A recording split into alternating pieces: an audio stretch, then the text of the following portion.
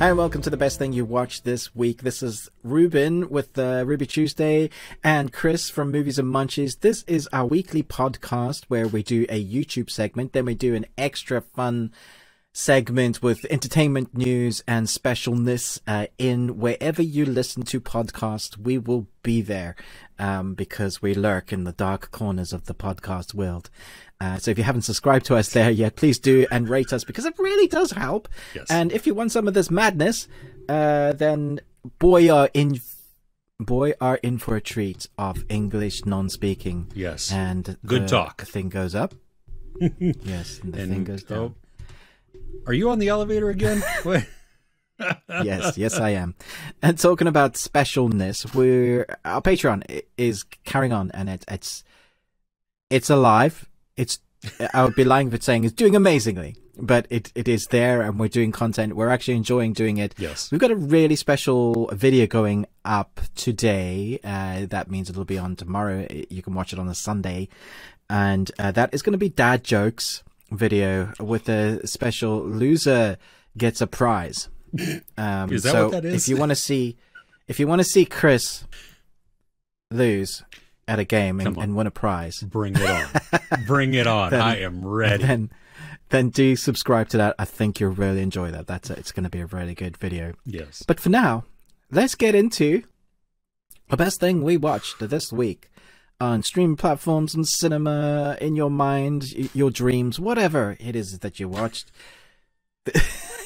in that brain of yours, Chris, we're just going to see what Chris watched. Yes. Well, first, I have a question.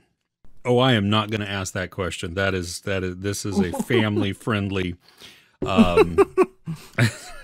show. Oh, gosh. Yeah. Chris has obviously vetted the questions beforehand. Well, no, I literally pulled a random one out, and here is the question. We are not going to answer this. I mean, you can if you want. I'm not going to answer it though. Okay. What is the weirdest place you've had sex? Yeah. And that is a question. And that doesn't even have to mean location. Anyway, moving on. Let us know in the comments below if you don't mind. Oh, please keep that family friendly-ish. I mean, that's how we get family. So there you go. Anyway, moving on.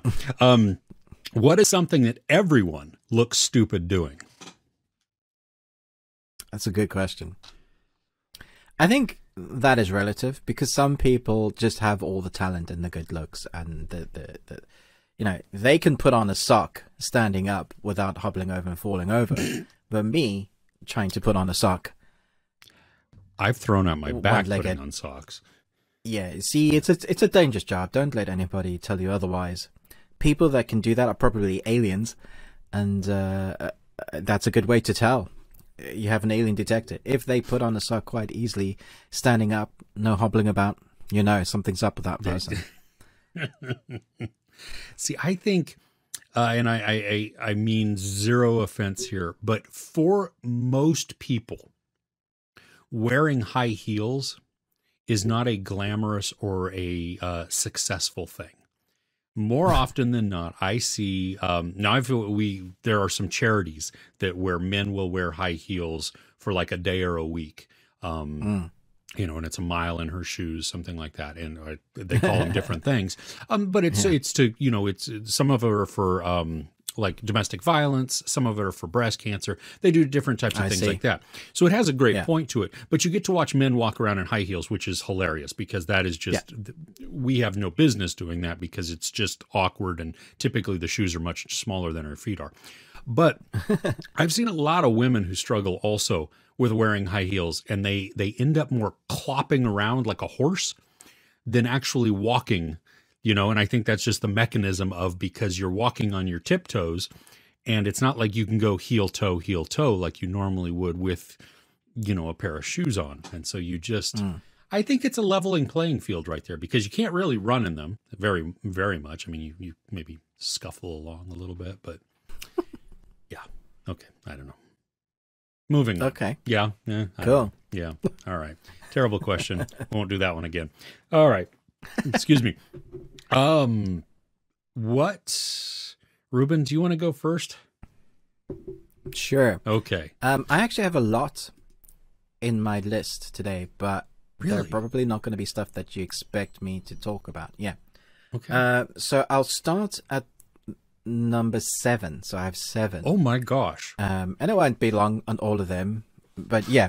So I haven't watched all of this series. It's one of the things that dropped this week on Netflix, but it was just ridiculous, the amount, especially on Friday, the content that Netflix put out. I was just like, seriously, how does come on, Netflix, think about your creators, your content creators, your reviewers, because there's 24 hours in a day and I can't watch them all. No. Anyway, Eternally Confused and Eager for Love is a new Indian Netflix series. That's on my list. They're quite you need to watch it. Okay. Like, just put it on your list. It's fantastic. I've seen the first episode. There aren't many episodes. They're half an hour each. And my goodness, the main protagonist, he's a virgin, basically. It's a coming of age stuff. His parents are trying to set him up. Everybody's worried for him. He desperately wants to get laid or just experience love and sex and that sort of lifestyle, but he just hasn't experienced it yet. But what makes this brilliant is the internal monologue person that he has going on. And that's where this series shines, because it's him, but it's another voice. It's still a man voice, but it's a deeper, and it's seriously sarcastic, and it seriously brings you down. Like, it's that's never going to work for you. Don't even try that. Are you kidding? I'm going to go and speak to her. Yeah, right. What have you got to go for it? You know, it's that kind of, but it's really funny at the same time, because he ends up, that internal monologue that he ends up arguing with himself a lot. And it's really funny. So you have an example, a situation. He's at a bar with his friends, and he's got his best girlfriend, but not a girlfriend, but a girl, and his best guy friend, one from an office, and they're sitting down, and they're trying to talk him into going over to this beautiful lady to, you know, try and ask her out. And at the same time, you've got this internal monologue over stuff that's going on. So they're saying, yeah, and he's in internal monologue just saying, yeah, totally, tell them the truth that you're still a virgin. He said, no.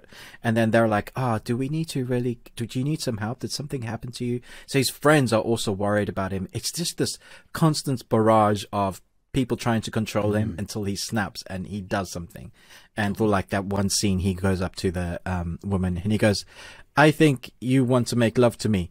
And her response is to chuck a glass of wine on him, because obviously that is not a great opening line. I mean, fair play to the ballsiness of it, but so I was immediately invested in him. It's very well filmed. English, I think. So it automatically went to English, but it's Indian accents. So, right? And it doesn't sound like it's dubbed. So I do wonder if that's the case. I'll have to go back and check. But very well done. High quality production. After one episode, I loved it. So recommending this for everybody to watch.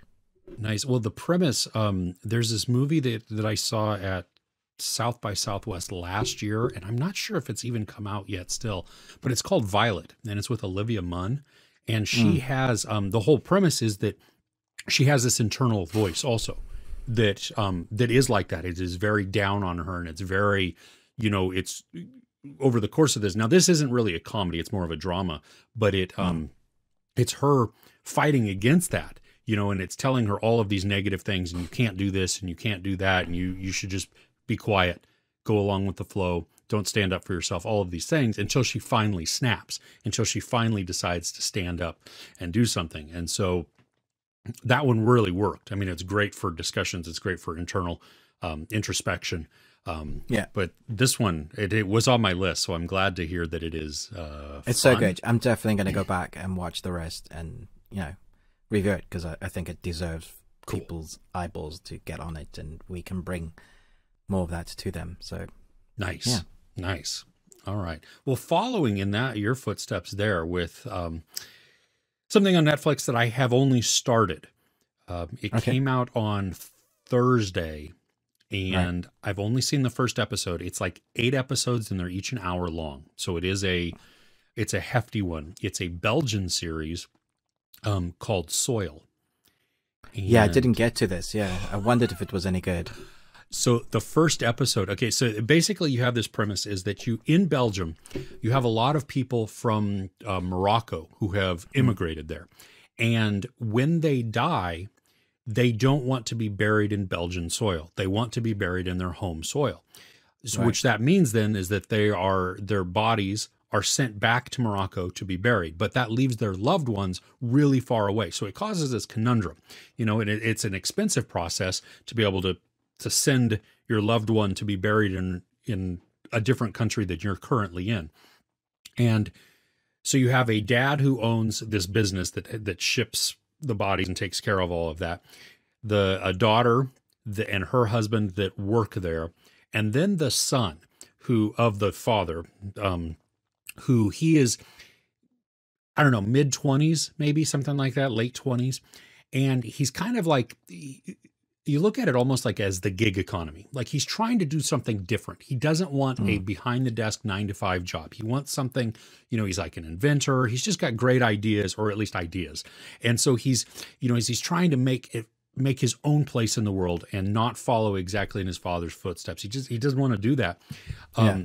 He stumbles upon the idea over several mishaps of what if we bring soil from Morocco into Belgium, and we then provide that service to allow people to be buried in their. That is so different.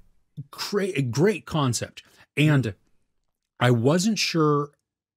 And I've only seen one of the 8 episodes, but the tone of it is really balanced well, because you have some good drama that's building, because there are a lot of relationship issues that are being navigated. I mean, the father-son relationship, the son-daughter relationship. I mean, even the daughter and the father relationship, and then the son-in-law, who is this scheming, slimy guy who he's only out for himself, except he pretends, to be on the dad's side, all this stuff. I mean, he's just a brown noser and everything. And then you have the son has this best friend who's, you want to call him an idiot, but he's not an idiot. He's not. He's very smart too. He's just kind of weird, and they balance off of each other really well. It is a good mix of funny and drama. And while I'm not sure if it has enough story content or how they're going to stretch it out over the course of this series, that might get a little tiresome. The first episode contained enough to really hook me in. Like, I'm like, oh my gosh, I cannot wait to watch more of this. And I think that's something that is going to be binged this weekend to hopefully finish that out. Yeah. Okay. Great surprise. Nice. Yeah, I wondered if it was worth the 8 hours. Sounds like it is. So far, yeah. Yeah. Okay, so this is a bit of a weird one. It's only 50 minutes long. It's called Adam by Eve, and it's essentially a music video. Okay. It literally is a bunch of songs by this artist, and apparently a lot of people really like this artist, which is Eve, I think. And it's also a play on the story of Adam and Eve, although I didn't see it. And it is also an amalgamation of live action storytelling, animation, proper anime, and there's a whole 7-minute sequence that's like just anime. And then there's this story, the theme that there is this monster with with one eye that it is stealing people, and like within the dream world. It's kind of like a theme that you have to decipher for yourself, because it goes from music video with lavish set pieces like that are just incredible. Like, man, very, very cool design. Then we'll jump into some sort of live action storytelling with the music from obviously the artist behind it, and then it'll jump into like anime. And it was just a really interesting creative endeavor. I'm not sure that I could watch a series of it, which I think was a really smart idea, just to do a 45-minute sequence of it. But I'm really glad that Netflix are doing things like this, where they take chances on these weird creative endeavors. You'll see them now and again. They'll just put something random. There was one a while ago that was also just a music video. It was like half an hour long, but it was just all animation from a particular artist that got together with the collaboration and animated it.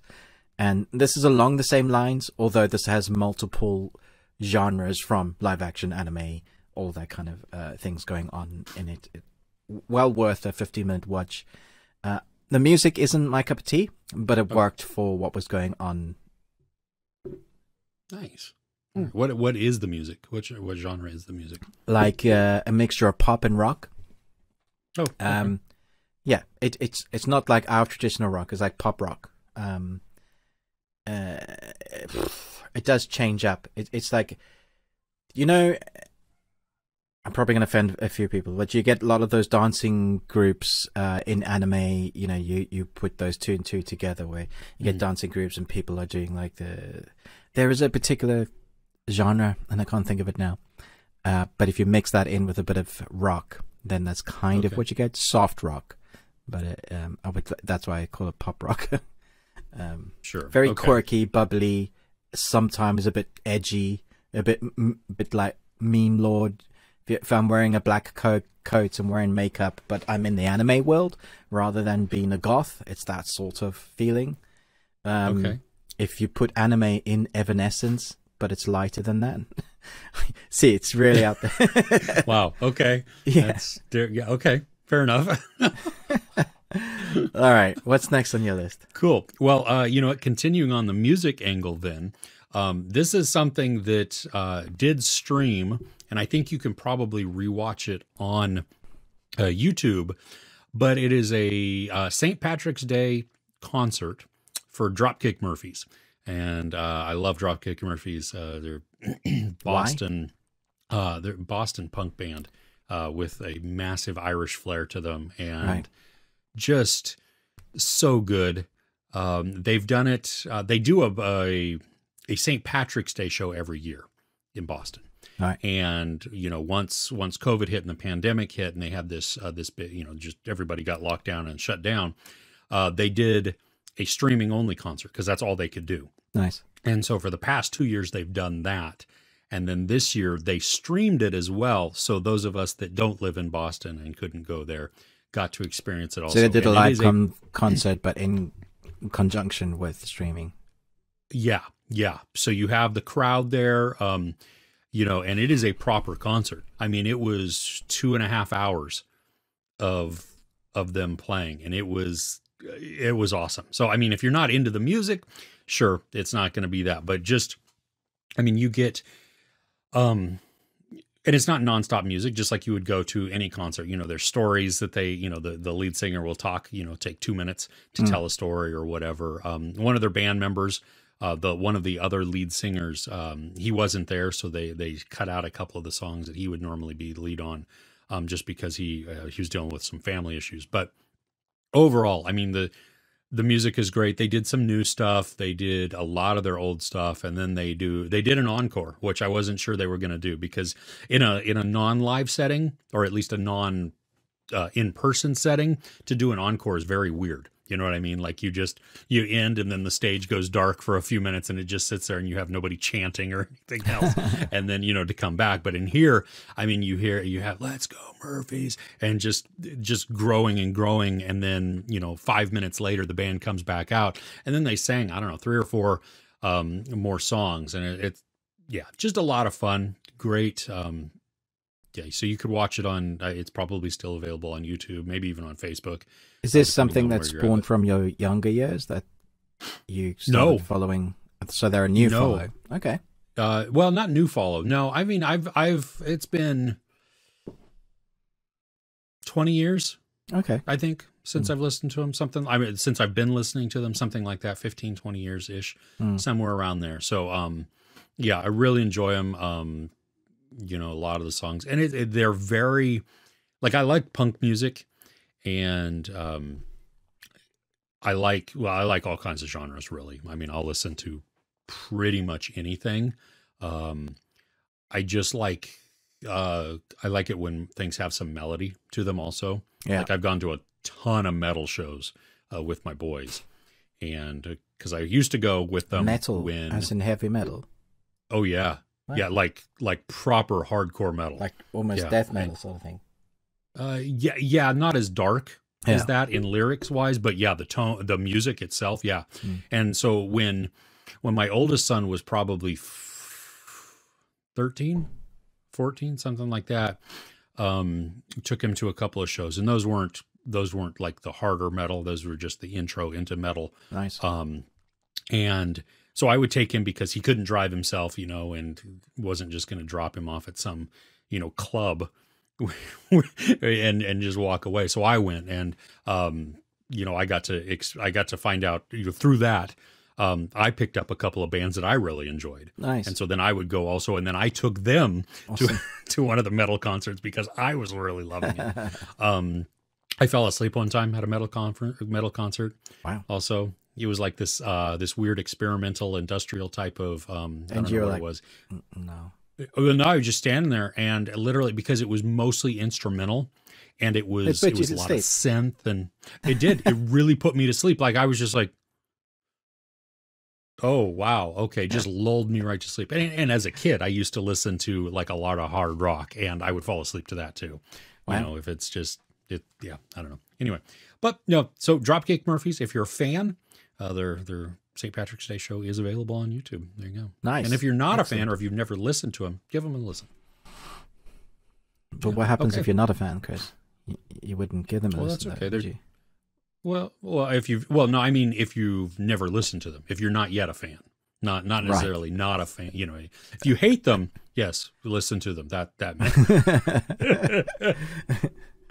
hate on them more. I actually watched the beginning of the YouTube concert of your excitedness. Yeah, it was an interesting intro. Took a long time to get there. Yes. And so I skipped a lot, and I was like, yeah. And then they really rocked out. Like, they come out swinging. It was great. Turn your headphones down if you're listening on headphones, because it's going to distort a bit. But it was great. There's so much energy. My goodness. On stage, and flipping out. Do you see how old they are, too? Yeah. The dudes are rocking some oldness, but they're rocking. Yeah. Oh, no, totally. Yeah. I mean, they're in their 50s. A lot of them. And when I get to my 50s, I want to have that much energy. Yeah. Cool. Okay. Next on my list, this is number 5 for me, and it's called Human Resources. It's a new Netflix original animated series. It's adult. It is the most adult series that you've probably seen so far, so don't let your kiddies watch this by mistake. Oh, there's a nice little animation series. Let's stick that on. Look at the cute designs. And like within seconds, there's like an orgy with monsters. So it's a spin-off from Big Mouth. If you've seen that, another Netflix original. This one, basically, if you take the concept of every human gets their own monsters, and what the monsters are is your love bug, your logic monster, all the things that help us get through life are represented as in monsters.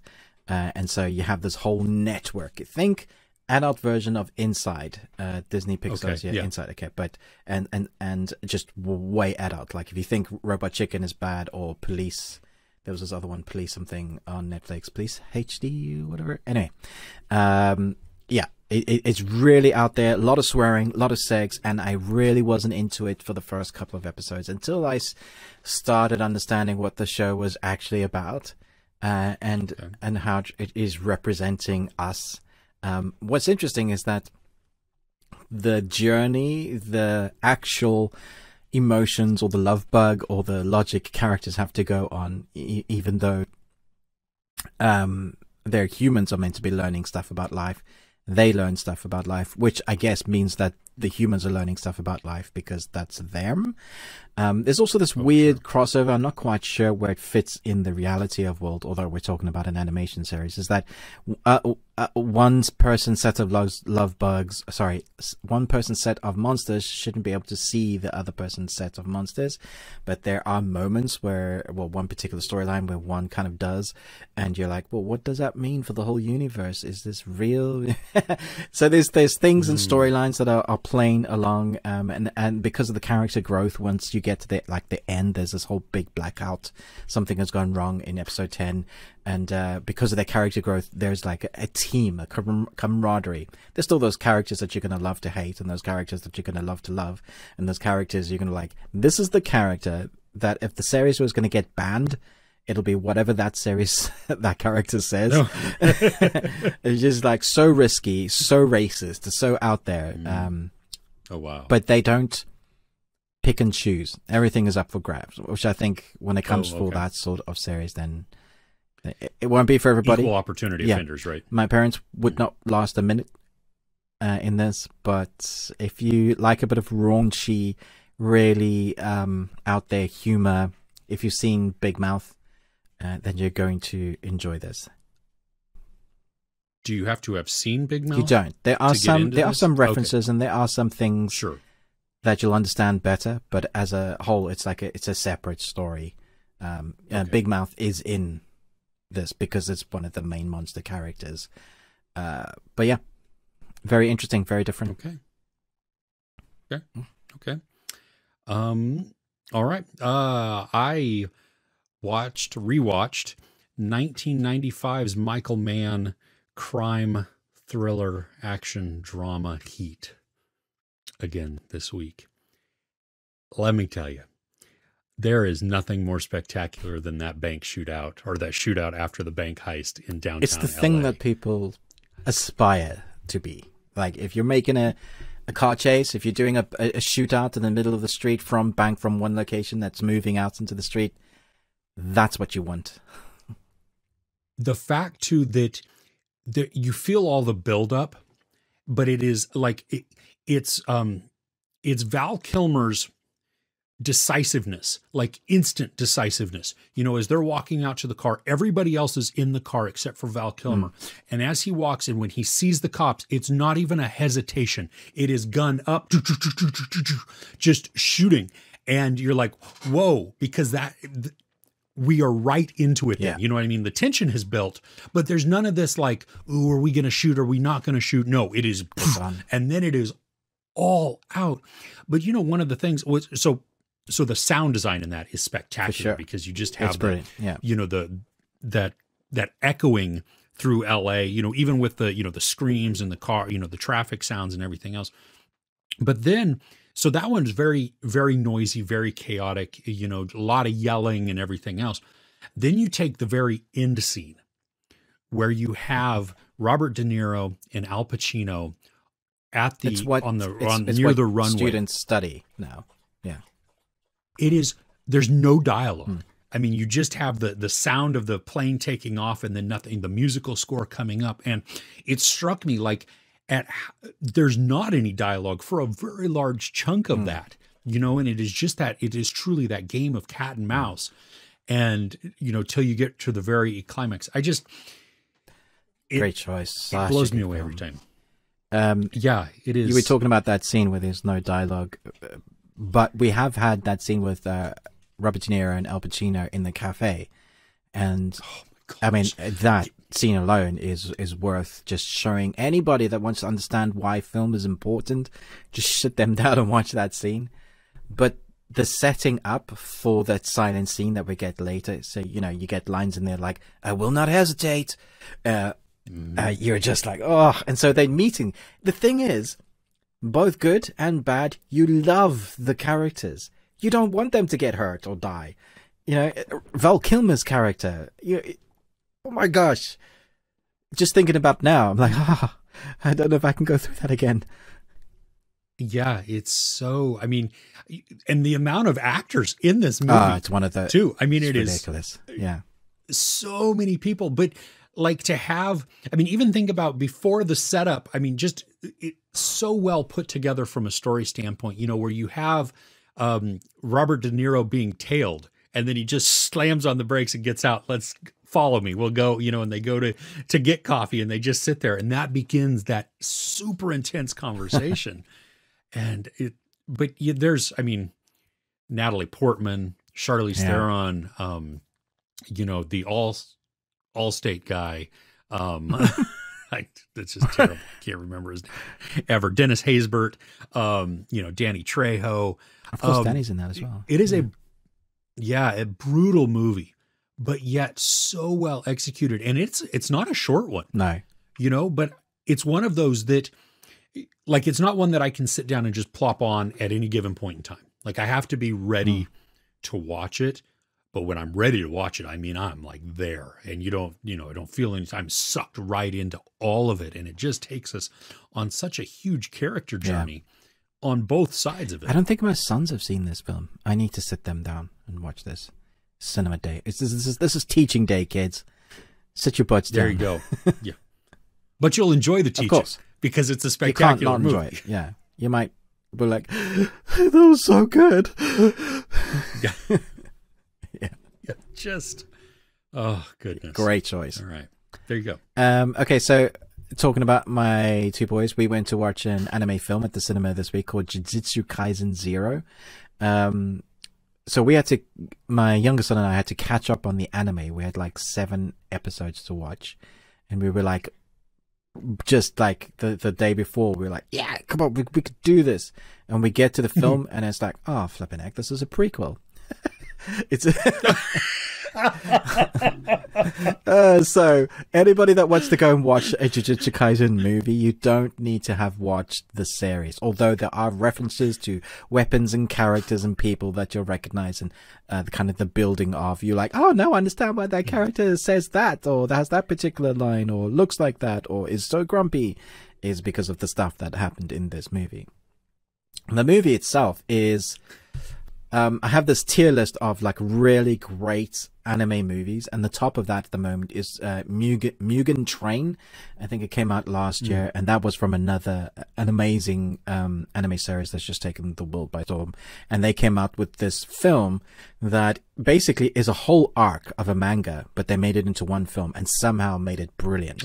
And so that's the thing that everybody's like, that's the level. So it comes just below that, I would say, this film. So it's good. Doesn't quite reach that level. It has a bit of a lull. There's a big build up, but when you get to the climatic scenes, man alive, you can see where they've spent their budget. They're like, there's a 45-minute sequence because it's a 2-hour film. You get to that hour and 15-minute mark. They've created the characters. You understand it's dark. Like, it starts off just dark, true anime fashion, killing off somebody that you love, or like the parents, like a Disney movie. You're not allowed to have any parents. Just say goodbye to your loved ones, sort of thing. This is all based on love. I did do a comparison in my movie review to Harry Potter, which was really funny because it's basically, the whole premise of the film is Lord Voldemort's people want purebloods, right? They don't want any muggles. And in this, the bad guy only wants sorcerers to be in the world, no humans. And then what kind of saves the day is love. But in a weird way. You'd have to watch the film without doing spoilers. But yeah, really spectacular. Well worth watching for the sound design in a cinema. Just doesn't quite compare to the stuff you normally get at home. So, you're getting the scope. You're watching it with people that are anime lovers, which so the vibe and the atmosphere is enough already. But then you have the sword clashing, the music's kicking in for those big action set pieces. And if you've got good speakers, you're like, the sort of reverberation that you feel in your chair, really, really great. Ooh, nice. All right. Yeah. Well, I'm gonna have you keep going. Okay, cool. I may be able to chime in on some of the things that you've watched, but my week didn't turn out exactly. Yeah. Despite all of the content that I had, I thought I would be talking about things like Krakow Monsters, but that didn't make my list. And there was a movie that I think we'll talk about after all the best things, because I don't want to spoil the plot. Yeah. Yeah, no, let's see. Yeah. Anyway, okay, so I literally just watched this morning, and it may be one that people have missed because it's not a Netflix original. It's one of them they've just added to their list, but it is a South Korean series. It has 12 episodes. They're all over an hour long. It came out in 2020, so it's 2 years old, but it just came out now on Netflix. They've just bought the rights. Okay. So whenever there's any like South Korean content, I'm like, count me in. So this is called The Cursed. So you have a mixture of supernatural and modern day reporting, policing. It's all about this big conglomerate that is like big and evil, and the one person on the top of it seemingly is evil and might be possessed, also might be a shaman. And so the top people just have this like dark cloud above them, and they're controlling everything, like big businesses. They're always putting, people are dying and stuff, but they have so much power, and it's not just like normal people have power at that level. It's because they have the power of like demon spirits and stuff. And then we get our protagonist, and it shows her kind of, just in episode 1, shows her what happened to her chronologically. I really appreciated about this series, so that there's no flashbacks. They just show you the thing that happened to them, and then they carry on. So we see her as a little girl, something happens to her, and then we jump 10 years forward, her as an adult, and she has this ability to curse people. But what you need is a photograph of the person. You need one thing that belongs to them, and their name in Japanese, the name in Japanese characters. And if you have those 3 things, then she doesn't need anything else. She can curse them to varying degrees. And like, to give you an example, the one person that she curses, the body ends up being contorted, the hand is broken backwards, the legs are wrong. You're like, oh, okay, she's got some power. So we end up building a good guys team. One is our protagonist, who's this curse team, a reporter and a policeman who are married, and they're going after this big conglomerate. And you can imagine they've got their work cut out for them.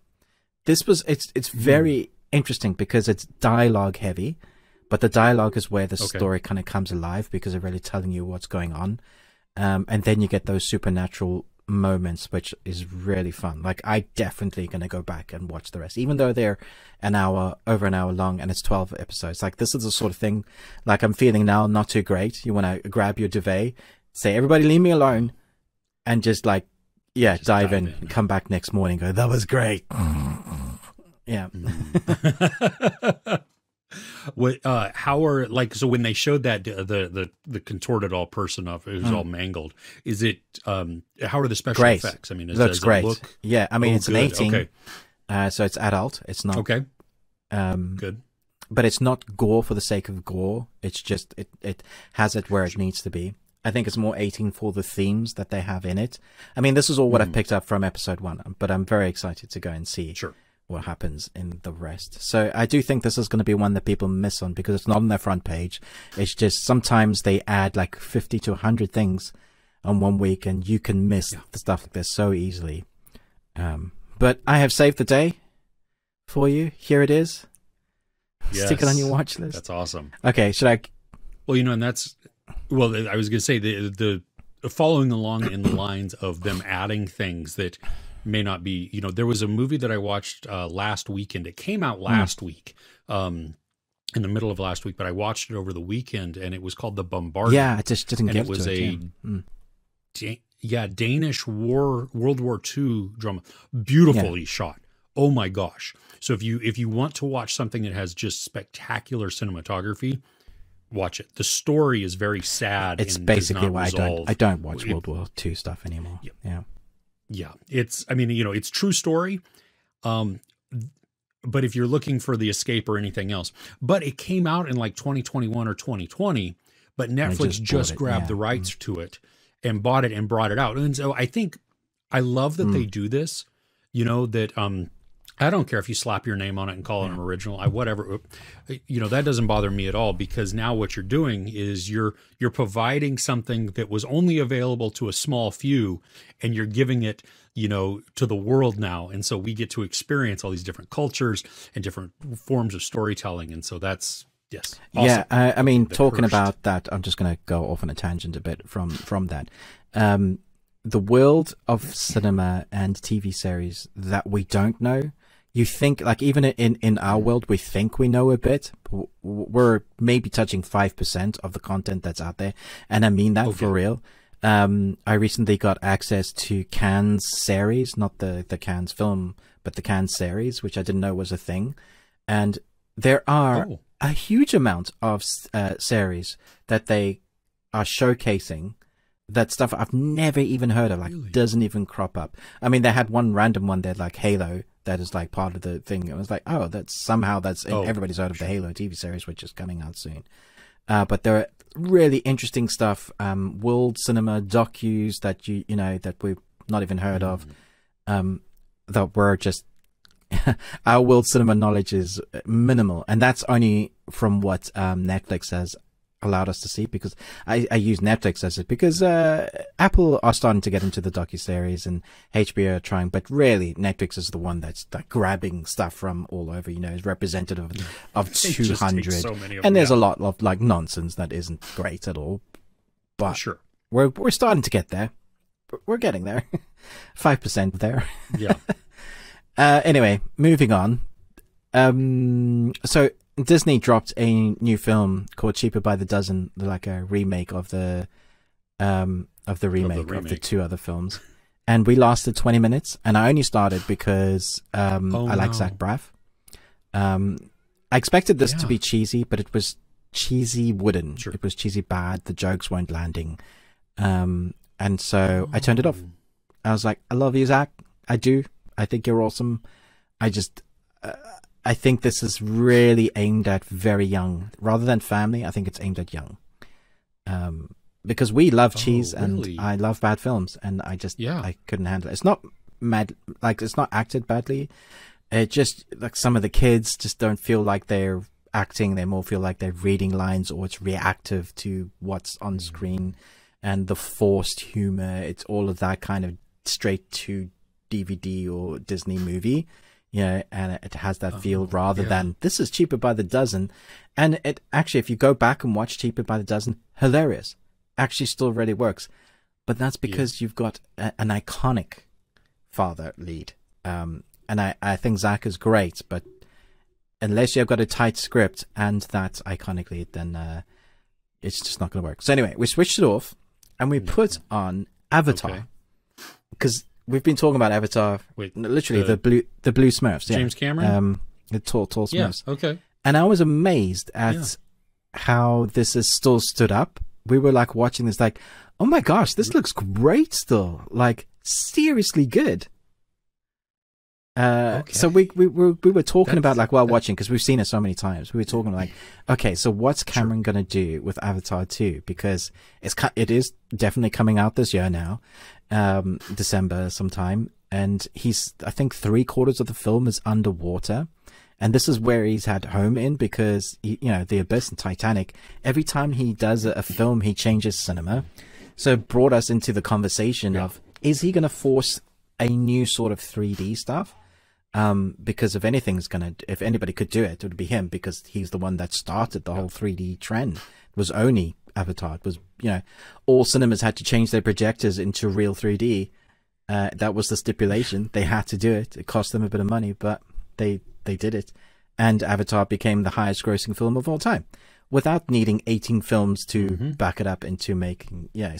People that go to me, but Endgame. I like Endgame, but it didn't have 18 films up to lead up to that. So that was interesting. We didn't watch the whole thing because it was really late by then, because we needed a comedy or something lighter from the film we had just watched, which was Fresh, because this came out on Disney. And my wife and I, we were like, oh, I love these actors. These guys are so good. She's really found a great guy. Why do I get a really weird, creepy vibe from him, though? So you've seen this, hey? Yeah. And you kept telling me to watch it, Ruben. It's great. I'm like, okay. I like me some Disney dude. He is he's not Disney dude in this. He's not Marvel hero in this film, is he? No. And he doesn't have a talking penis in this one either. But it's still, it's two films. Isn't it crazy? Because like 40 minutes in is when the title comes out. I literally said, why is the title coming on that? And the credits. It's brilliant. Because we had our rom-com, and then we get the movie. Yes. Yeah. And it starts out, that whole almost commentary on the modern dating scene. Totally is. You know, and then you see her, she connects with you're somebody rooting for her. That whole movie was great. Yeah. It's a good movie. Yeah. Yeah. And then it just goes, whoa, hey. So thank you for coming to this. Now we're going to show you really where we want you to go. Please use the store. Yeah, we've shown you the credits, so you can. And then it got dark. And I was like, what is this film? It's interesting because you don't actually ever see him doing anything to bodies. Like on the person. They show it on the table, they show the actor, or they show a piece of meat where he's a surgeon and an amazing cook. I reckon human tastes great. Just gonna put it out there. I reckon it's probably just like a good chicken. What do you reckon, Chris? I'm gonna disagree with you. I've met people. I have interacted with people. No, not cannibals. Just people in general. And I don't like most people. Right. So I think they would taste bad. I see what you're saying. I've met most people and I don't, yeah, because it's interesting. He has that line where he says, you need to keep calm and rested because being anxious and depressed isn't good for the meat. And I'm like, dude, you said that with such a straight face. Like, seriously. Oh my gosh. I have to say, he was fantastic. Sebastian Stan. Yeah. Brilliant in this role. Yeah. Yeah. Did you ever see, I'm going to take us off on another tangent, but that's okay. You watched the IT Crowd, right? So do you remember the episode where Moss and Roy want to watch this movie, and then Moss ends up going over, or Roy can't watch the movie because everybody keeps spoiling it for him, so he's trying to stay away from it. And Moss ends up going over to a cooking class, what he believes is a cooking class, but it's really a German guy who wants to eat him. Yeah. I love his innocence because he finds himself in situations that people shouldn't, but because of his innocence, he's just like, doesn't know what's going on, really. Yeah. Well, and then Roy agreeing to be eaten just so he can watch the movie on the huge TV. Anyway, sorry. Sebastian Stan, though, back to Fresh, was spectacular in this. And Daisy Edgar Jones was also, I really liked her. You know, I didn't know. I think the first time that I've seen anything with her was in Normal People, that series on Hulu also, and at least in the U.S. Is it on? No, I've never seen it. Is it on? No, Amazon Prime for you guys? Oh, okay. It was really good. But this movie was just it was bonkers. Loved it, and dark, and so did Kirsten. She was like, "Wow." Yeah. The only thing we didn't like is right at the end when the credits have started rolling, the real credits. They give us this shot of guys around the table, all eating, and we thought it was absolutely redundant. You didn't need it in the film at all because they'd already closed it off, and it felt great.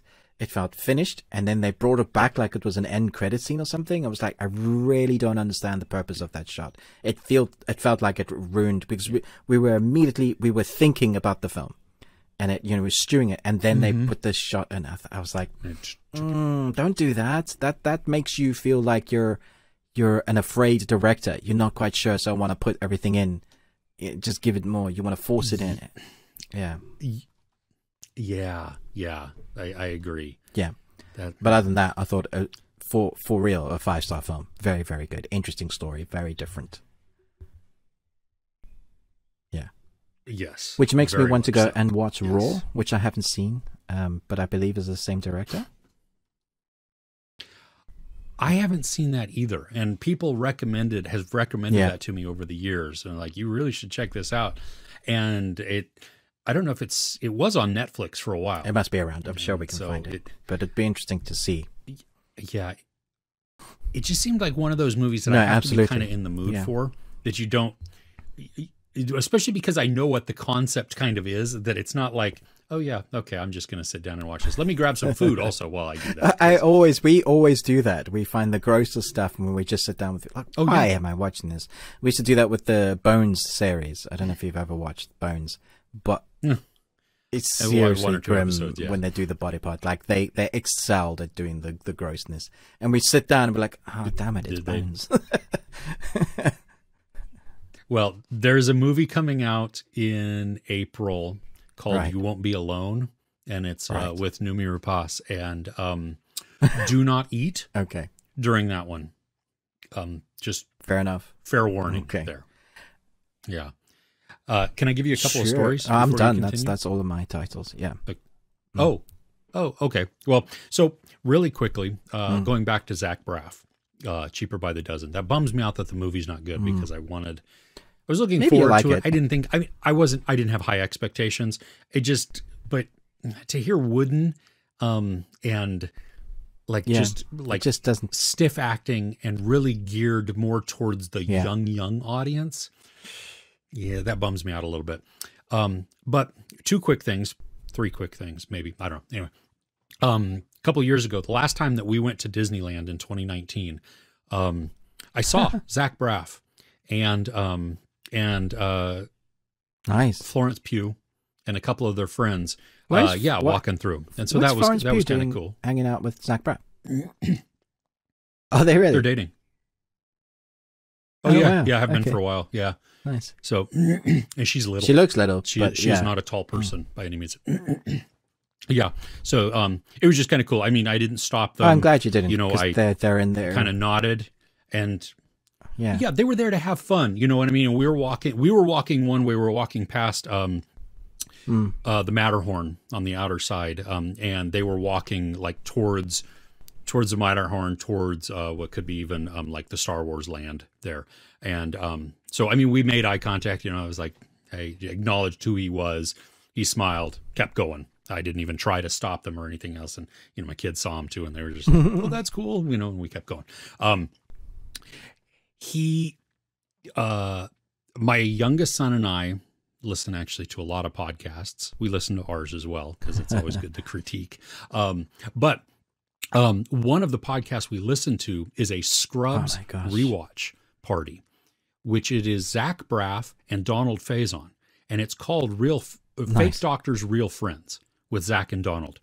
And brilliant. It is so good. I mean, it is. So if you're looking for a new podcast outside of the best things we watched this week, you know, for anybody who you're looking for podcasts, listen to ours first, then go on to that one. But especially if you're a Scrubs fan, it's spectacular. I mean, they go through episode by episode, but then it's mixed with so much other just randomness of their lives. So good. Zach Braff also has a brother who wrote a book that I read a bunch of years ago called The Unthinkable Thoughts of Jacob Green. And check that one out. Nice. That is a good book to read. Okay. Outstanding there. Okay. Last thing, Avatar. For Avatar 2, because, you know, I'm learning sign language, and I'm taking some deaf classes. You know, in Baby Driver, I think his name was Joseph, who is Baby's, Baby actually is taking care the kind of him, but surrogate is like father. the roommate. Yeah, He's yeah. the African-American. Fantastic accent. Yeah, who's deaf. Well, he's a deaf actor. I mean, right. he's really deaf. James Cameron tapped him for Avatar 2 to create What? Na'vi That's sign so language. cool. That's amazing. Yeah, so hearing that it's underwater, Maybe I wonder that's if why. that's going That to come makes into sense, play actually. with some of how they Yeah. how they communicate that way. Anyway, I just thought, like, I had forgotten that it was underwater, but I actually had to do a report for one of my classes, and so I chose C.J. Jones, who was the actor for that. And yeah, and one of the things I found out is creating a form of sign language for the Na'vi. That's great. Dude, how do you even do that? I mean, I know that they created the spoken language, and I think Zoe Saldana helped with that also. But yeah, crazy. Yeah, so Anyway, I'm okay. getting excited for Avatar 2. You know, I'm not holding out hopes that it's going to be like the most original story, but what he does do is great hero moments. And then with the technology and the scope of what he builds, it's just going to be a ride. Yeah. And we've been waiting so long. It's got to be good, because if it's not, he will never make a film again. Yes. Because it's no 400 million. Yeah, and they've been building up for years. And it's coming out this year. Yeah, 2's coming out this year, and then I think it's this year. It's 2022. and then right? this year, and then Subsequent 23, years after that? 24, Okay. 25. Yeah. 25. Yeah. Okay. Well, that's everything. So those are the best things we watched, Yep. right? Are we gonna do we need to have the discussion? Do we want to have the discussion? Yes. Let's have the worst thing we watched this week. Okay, so this is gonna have spoilers in it because because. Adrian Lyne, is that how you pronounce his last name? Adrian Lyne. Anyway, it's been 20 years since that director has directed a movie. This is why. And now comes out with Deep Water. This movie, and he didn't even write it. That's the other thing. That it's written off, it's based off of a novel that then they turned into a screenplay. And coming from Poison Ivy, 9.5 weeks, you really expect this film to be raunchy for one thing. So I know like young guys maybe taking their partners or, whatever, just couples thinking, oh, this is going to be a nice raunchy. Maybe we can make this like a romantic thing. We're going to, because erotic thriller, right? It isn't even that erotic or thriller-ish. Like there are moments where they allude to things and there is nudity in it, but it's just like, this is not even close to pushing the bar of what we've seen in erotic thrillers. Not even close. So why do you call it that? Because I heard people calling this Ben Affleck's, softcore porn, but it isn't. No, what? No, There's barely a sex scene. Yeah, and I think really what the draw would be, especially, is playing up Ana de Armas. Just her sensuality and stuff like that. But the movie, the story is terrible. You have why give us this setup of this mystery surrounding? Oh gosh, okay. Should we back up? I mean, the premise is you have. Yeah, we should back up. We've just gone off into tangent. I'm so pissed. Like, what on earth are you talking about? So you have this relationship between this guy Ben Affleck, husband and wife, Ben Affleck, Ana de Armas. Yeah. That is absolutely contentious. They will not divorce. He will not divorce her. She won't leave him. And I think she won't leave him because he's a millionaire or a billionaire from an app that he developed that just gave him crazy amounts of money. But she does nothing but sleep around, and he knows it. And there's, I guess, maybe some sick voyeuristic thing that he has within that. I don't know if it... I don't get it, because during the film, like she's like, don't touch me. And then the scene later, she's all over him. Yeah. And then there's like, of course she's not sleeping around. And then, she's sleeping around. And then like, it's literally like, what are you trying to play at? Like we understand, we see it. So why are you trying to keep the mystery of something that isn't a mystery? Well, and one of the things that I don't understand in this is that he seems to be turned on by it and then pissed off by it at the exact same time. And that... Okay, so spoilers, he's definitely pissed off about it. Yes. Well, and so, okay, so the mystery comes. At one point, he's talking to one of her flings, and this dude happens to sound and look like he is a Brad Pitt knockoff. Oh, he really my does, gosh, yeah. Especially if you don't look at him, but then if you look at his mouth, the way that the words are formed, it... Like back when Brad was doing California. Yeah, man. Whoa. Yeah, exactly. Yeah. So he tells this guy, oh, you heard about this one dude who's been missing? Yeah, I killed him. Yeah, straight out. Plain voicing. Now, this monologuing. The doubt that's created in that, because it freaks the guy out, obviously, because Ben Affleck is playing, I mean, he's straight-laced about it. He's very matter-of-fact. He's very actually threatening, but in a nice way. Had they... Which is more threatening, I think. Totally. Had they kept that mystery, though, I think that would have played in, because now it's the doubt of, well, is he telling the truth? Because this guy is missing. I mean, we hear the news reports and stuff. So the dude is missing. And we see that Ben Affleck is not happy that his wife is sleeping around, but he's not going to divorce her or any, you know what I mean? And so, okay. So if... Well, I get her not divorcing a little bit because there's a kid at play. So, trying to protect her and giving... But they don't really go into that. But the little bit we do see of the kid, I thought she was excellent. Like, I actually thought she was smart. She was obviously playing them against each other because she knew that her parents were like have a very messed up, broken relationship, like playing the Old music MacDonald over and over and over. Oh my god, that would drive me nuts. She obviously doesn't like the song, but yeah, I get it. But then getting to the end, we've had all the reveals. We know he is killing off her lovers. But why? Right? But why do they need to tell us that ruined all the suspense, right? I mean, or the mystery, because once they revealed that Ben Affleck wasn't the killer of that dude who had gone missing. Okay, awesome. Well, I think the reveal of the ending is that she's not gonna leave him. That she's gonna keep sleeping around and basically keep supplying the next bodies for him to kill. Well, yeah. So they're in a. That's because that's the moral of the story. Because she says, because he says when he says, you think I killed him, talking to the Jacob Ellerdy who dies in a pool, and she goes, yeah, I know you did, and doesn't that make you afraid? And she goes, no, because I'm the one you killed for. Okay, so that's sick right there anyway. But so she has this power even more so. But now she's complicit because she's basically, she'll sleep with the guys and then wait for them to be knocked off.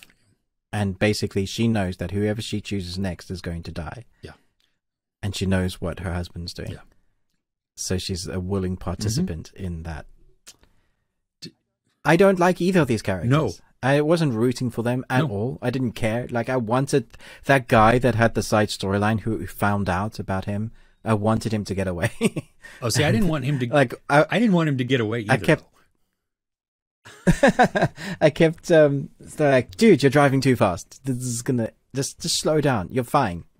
How predictable and terrible is that ending, though?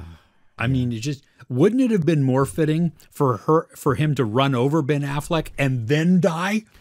That actually would have been a better ending.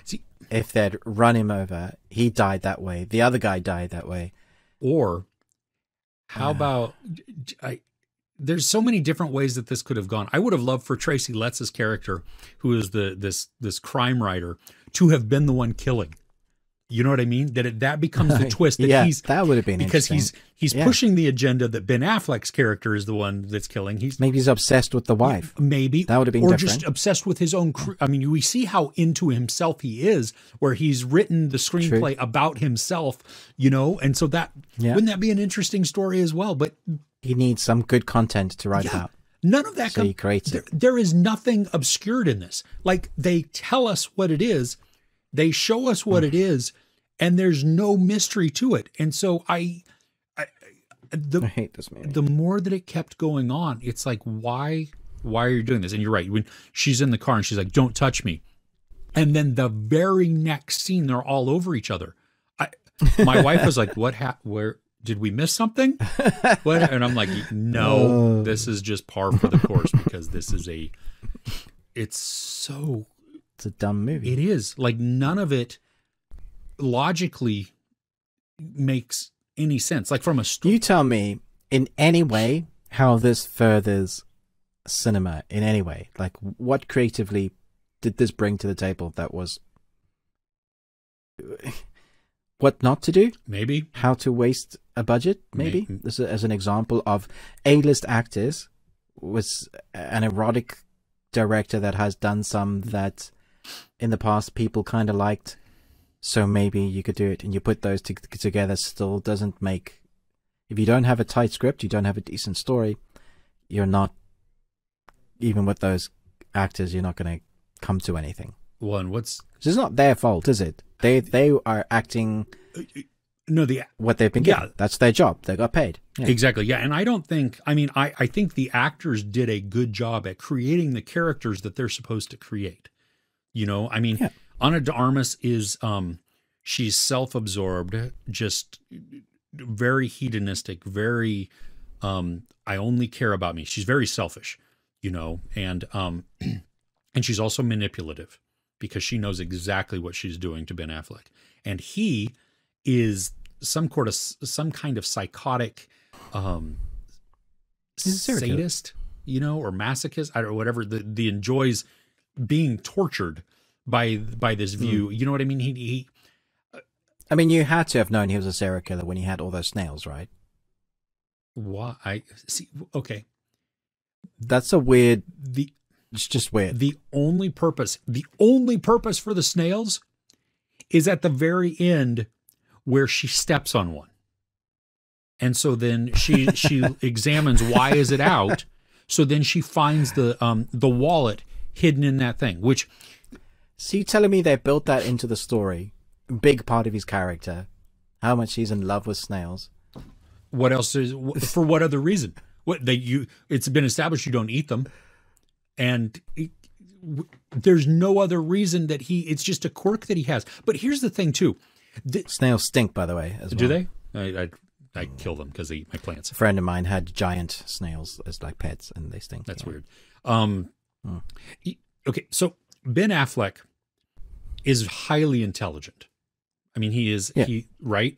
It's been established. I mean, he developed this app that is, and the microchip that allows drones to search and stuff. So he's a smart guy.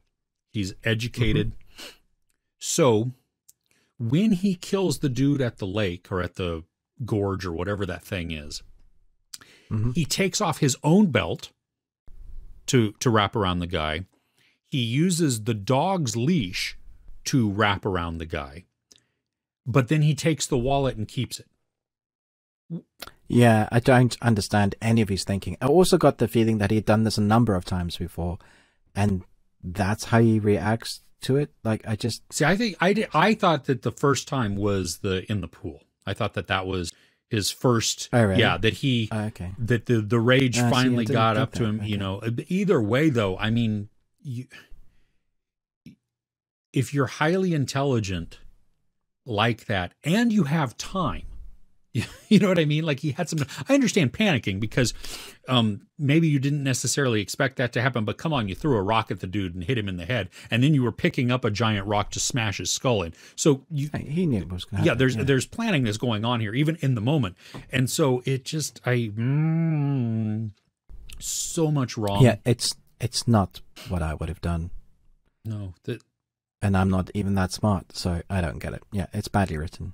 It really is. Well, and why not just keep the dude where he fell?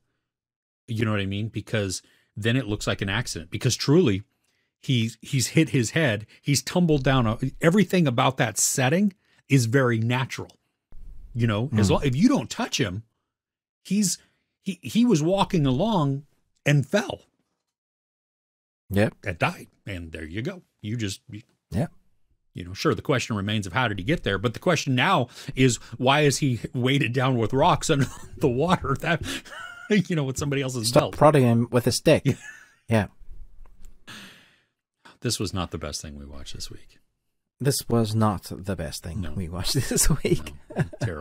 Terrible. But the rest of the stuff was, so that's okay. Yeah. Did you know that Adrian Lyne did Jacob's Ladder? He directed Jacob's Ladder. No, I didn't know. Oh, I loved that movie. It's been a while since I've seen it. It messed with my head. Film. Yeah, it is. Yeah. Anyway, I was trying to get us on something more positive than Deepwater. Okay. Oh, well, I think that means we've reached the end. Yeah. So, hey, if you want to continue on and listen to us more, head over to the audio only version where any podcasting platform that you happen to listen to, we should be there. While you're there, rate and review us, please. That would help out a ton. You can always tweet at us at Best We Watched, or hit us up on our respective channels, Ruben with the Ruby Tuesday, me, Chris with Movies and Munchies. Also, don't forget to take a look at our Patreon. 2 different levels there of support that just help us continue this on. There are investments that we make to make this show actually happen. And so we would appreciate any support that you have, and we're putting new content up each week. And as Ruben had teased, we are having a battle this weekend, and I'm gonna win. Ruben doesn't know it yet, but he is about to lose hard. You laugh at the most ridiculous I things. do. Well, Chris. I have to. reckon I mean, we have to set some like ground 30 rules there, seconds. because can I laugh at my own jokes? That's the thing. If I can laugh at my own jokes, then I'm going to be okay. But I do. I love dad jokes. I love terrible jokes. They're just. Oh, well, on that note, hey, hit us up. The link to the Patreon is in the descriptions below. We'd appreciate you at least taking a look at it. And okay, we'll see you next week.